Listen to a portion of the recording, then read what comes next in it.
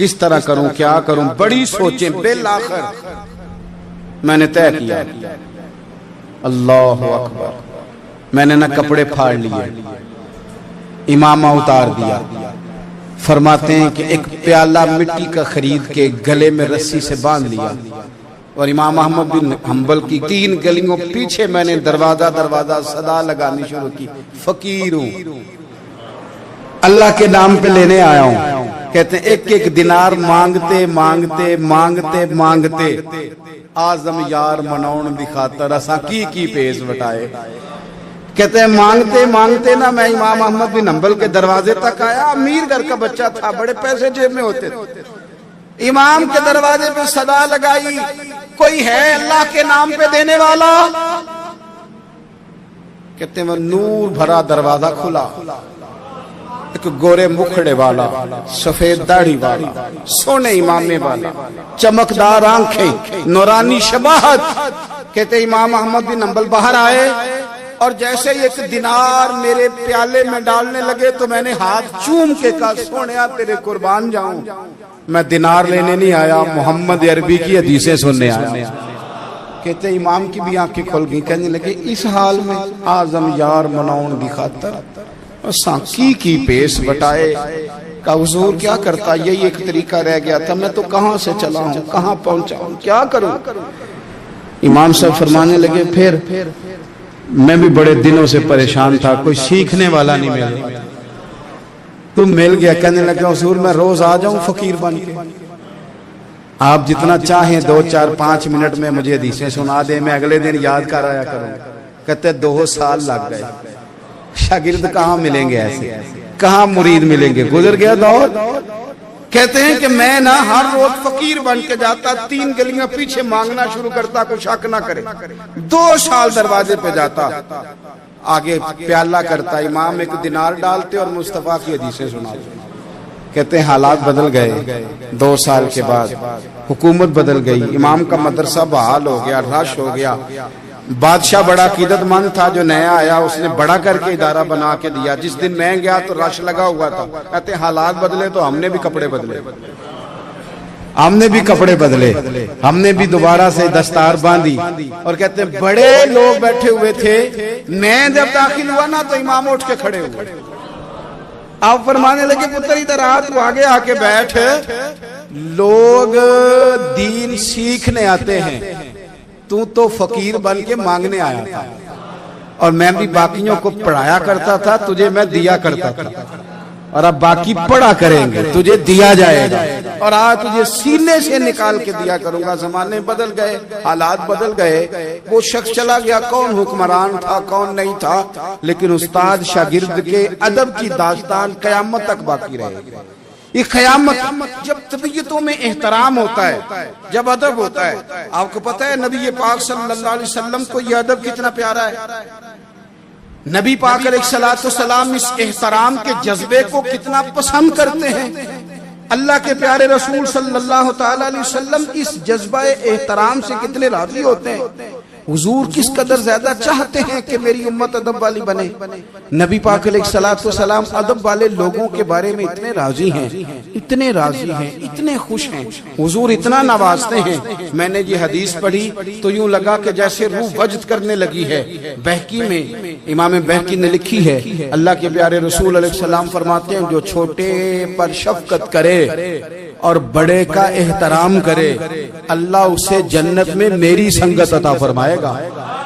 یہ میرے قرب کا ذریعہ ہے، یہ چیز میرا قرب ملے گا۔ شرط یہ ہے کہ ادب والے بن کے، احترام والے بن کے، کبھی بھی سوء ادب نہ کریں، کبھی کسی مقام پر بے ادبی نہ کریں، آپ اپنا ذائقہ کبھی تبدیل نہ کریں۔ امام احمد بن حنبل ایک جگہ وضو کر رہے تھے، ایک شخص کہتا ہے میں نے ساری زندگی گناہوں میں گزار دی، تو امام صاحب نا وضو کر رہے تھے جھیل پر بیٹھ کے، تو جھیل اس طرح ہوتی ہے، پہاڑ ہیں، اوپر کو پانی نیچے آ رہا ہے، تو کہتے ہیں امام صاحب نیچے بیٹھ کے وضو کر رہے تھے، تو میں اوپر بیٹھ کے نا وضو کر رہا تھا یا پانی پی رہا تھا، تو میں نے دیکھا کہ اتنے بڑے امام نیچے۔ کہتے میں نا میرے دل میں خیال ہے یار میں ساری زندگی غلط کاموں میں گزاری ہے، پر جو بھی ہے یہ رسول اللہ کے دین کے عالی ہے، کہتے ہیں وہ حضور کے دین کی عزت کرنے کے لیے میں اوپر سے اٹھا آ کے نا تو میں تھوڑا پیچھے جا کے نیچے بیٹھ گیا، جو میری حاجت تھی پانی پینا تھا یا منہ دھونا تھا میں وہ کرنے لگا۔ کہتے ہیں امام صاحب نے بھی یوں نظر میری طرف دیکھی، پتہ نہیں انہوں نے کیا دعا دی کہ رب نے مجھے توبہ کی توفیق عطا فرما۔ میں اللہ کے فضل سے اللہ نے میرا دل موڑ دیا اور میں رب کریم کی بارگاہ کی جانب میری توجہ ہو گئی، خدا نے مجھے اس ادب کی برکت سے اپنی بارگاہ کی طرف اللہ تبارک و تعالی نے مجھے موڑ لیا۔ بے ادبی تو بندے کو کفر تک لے جاتی، بے ادبی تو کفر تک لے جاتی ہے۔ اگر بندہ بے ادب ہوتا ہوتا اللہ رسول کی بے ادبی تک پہنچ جائے تو دور نکل گیا، لیکن یہاں باقاعدہ بے ادبی کو پروموٹ کیا جا رہا ہے۔ کبھی بھی بے ادب نہ بنے، ادب والے رہیں، ادب والے بن کے جئیں، ادب والے بن کے دنیا سے جائیں۔